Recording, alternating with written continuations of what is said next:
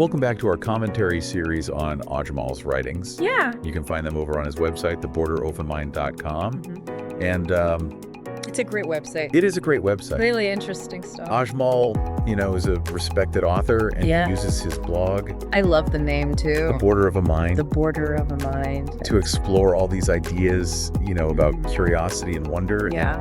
And today we're going to be looking at his blog post, It's really evocative. Liberated Time Travelers. Yeah. So if you haven't read it yet, Definitely check it out. definitely go check it out over on theborderopenmind.com and follow along with us. So one of the things there.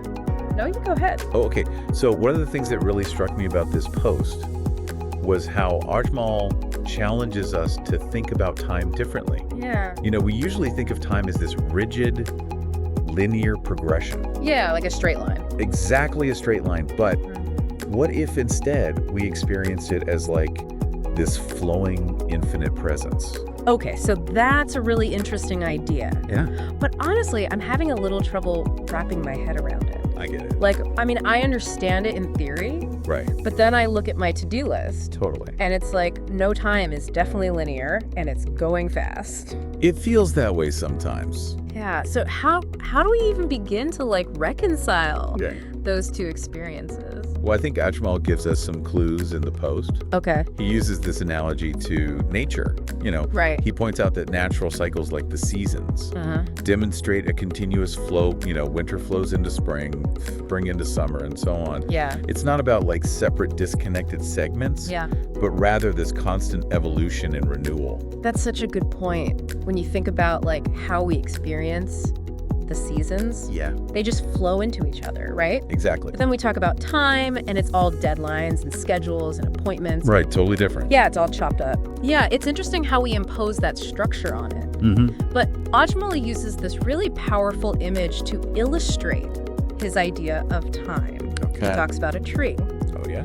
He says that a tree's rings contain its entire history, Wow. from sapling to maturity, Yeah, yet they simultaneously hold the potential for future growth. it's true. All of it's right there in Yeah. the rings. And I think that's a beautiful way to visualize time as a unified experience, Mm-hmm. where past, present, and future are all interconnected. That is a really good analogy Yeah. because it makes you think about how even our past mistakes Yeah, or what we perceive as setbacks right. are part of what allows us to grow and change. Absolutely. They become part of the rings. They're part of the story, and I think that's a powerful shift in perspective. It is. To see time as this infinite presence rather than a finite resource, Yeah. it can really change how we live. So, I imagine letting go of anxieties about the future right. or regrets about the past.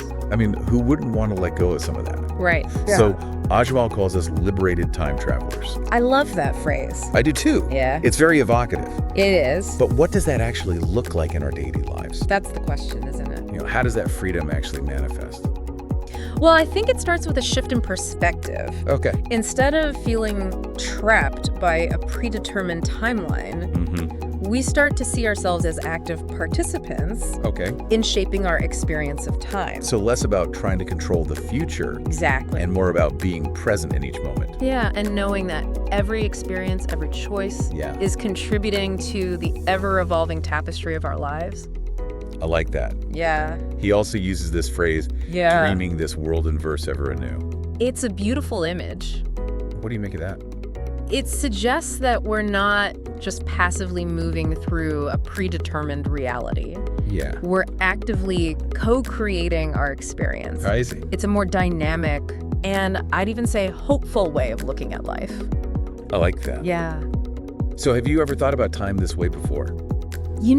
I'm still grappling with it myself, to be honest. Yeah, It's a big idea, it is a big idea. but I think it encourages a more playful and experimental approach. Okay. Instead of getting bogged down by rigid plans and deadlines, it's about embracing the unknown Yeah, and allowing space for unexpected detours and discoveries. I love that. Yeah. Well, this has been a really illuminating discussion. It has, Ajmal's ideas are definitely worth exploring further. for sure. So I encourage you to check out Liberated Time Travelers Yeah. and all of his other thought-provoking work There's so much good stuff on there. over on his website, theborderopenmind.com. liberate.com. Yeah. And stay tuned because we'll be back with more commentary on Ajmal's writing in the future. Looking forward to it. Thanks for joining us. Thanks for having me. It's been great talking to you. You too. Until next time. Bye.